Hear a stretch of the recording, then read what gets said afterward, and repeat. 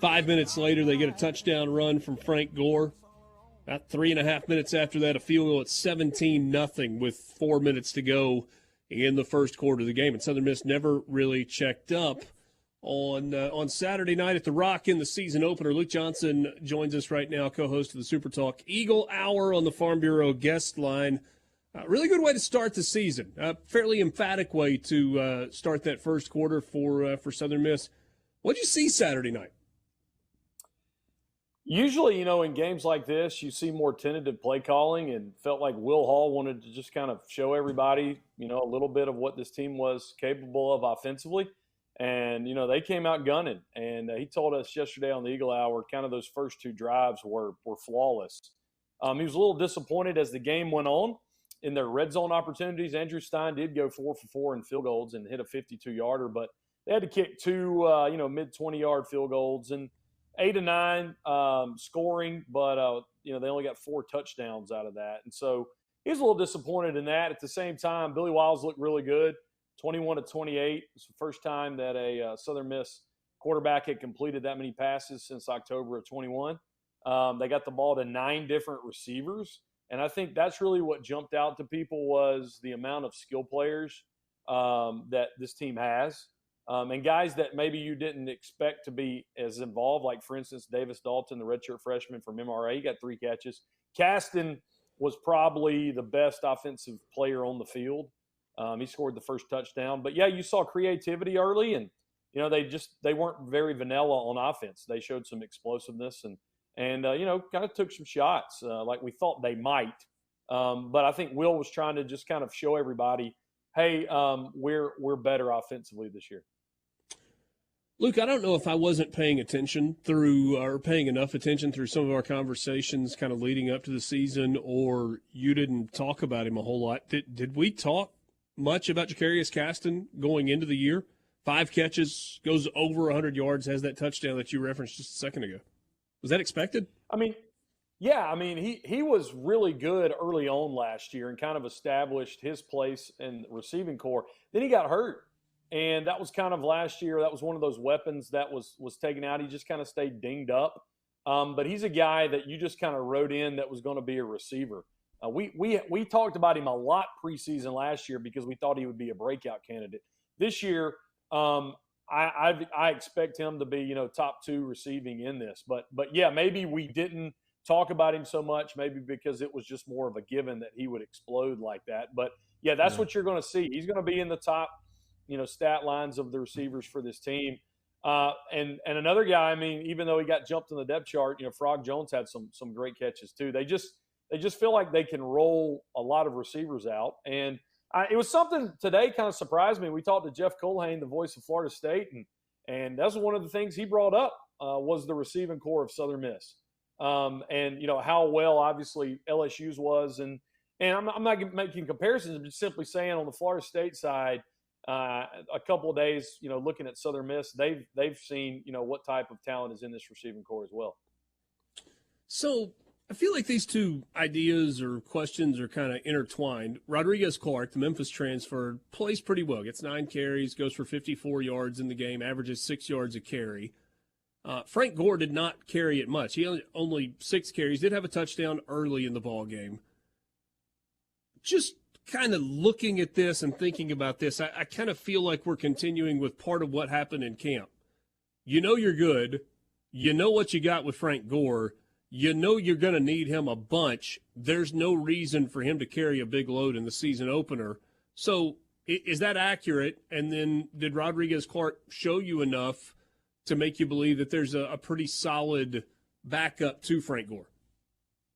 Yeah, absolutely. I felt like Alcorn specifically tried to dial down in the run game, and that's why Southern Miss was able to throw the ball like they were.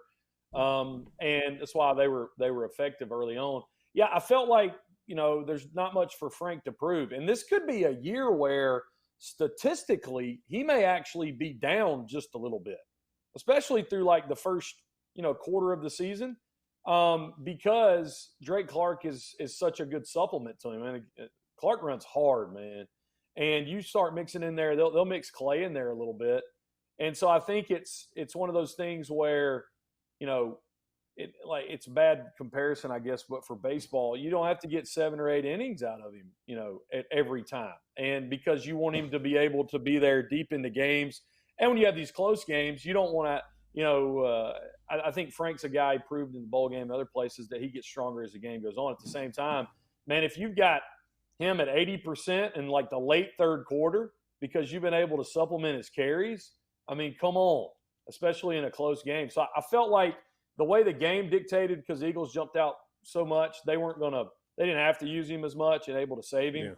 Yeah. But it could be that way throughout the season where you see Clark getting some carries, not because Frank's not capable, because they're going to, just be able to utilize him as they want to. Southern Miss coming out of this one healthy? Yes, they did. Fortunately, of all things, Cole Cavallo, the starting tight end, pulled a muscle in warmups, and so he was on crutches. He's out for a few weeks. Nothing, season-ending or anything, and so he'll be out a few weeks. That was unfortunate. That was really the only injury they had. I guess one just maybe take me just a little deeper on Billy Wiles. 75%, 267, 3 touchdowns, was picked off once. Anything stand out to you? We've talked about the accuracy and kind of the intermediate passing game. Was he able to push it down the field a little bit as well? Yeah, he was. The one interception was just miscommunication with Brandon Hayes. It was a ball in the end zone. I think he expected Brandon to come back to it a little bit. But he was extremely accurate, and specifically in, the 10 to 15, 10 to 17-yard range, found receivers. Will said he made, one bad decision on, an option read, but, man, they ran RPOs. Billy pulled the ball at the goal line some. The accuracy was evident, and it was just kind of like, oh, wow, we can throw the football down the field. And that was – because it's given, right, at the D1 level, but it's just – You haven't been able to do it. So his ability to make reads, second and third progression, I think Will was real happy to see that. So as you watched Florida State do their thing against LSU on Sunday night, what were the thoughts that were running through your head, knowing what is upcoming for Southern Miss this Saturday? I was like, this is the Florida State of the 1990s. They have a stud at quarterback. They're huge and fast on defense, and they have crazy good receivers. So, and pretty good running back too. Oh yeah, and by the way, you look at there's Mississippi guys on this roster too, with Mason and Jones in the secondary. And running behind a veteran offensive line. Oh, by the way, yeah, Travis looked really good. It's one of those things where it's a money game. But Will did say this yesterday, and he said this today in the presser, kind of comparing going over there to Alabama 2 years ago, severely undermanned in year one, knowing that you're just going to take it on the chin. They run the opening kickoff back. I think he feels like this week is an opportunity just to show how you've progressed some as a program.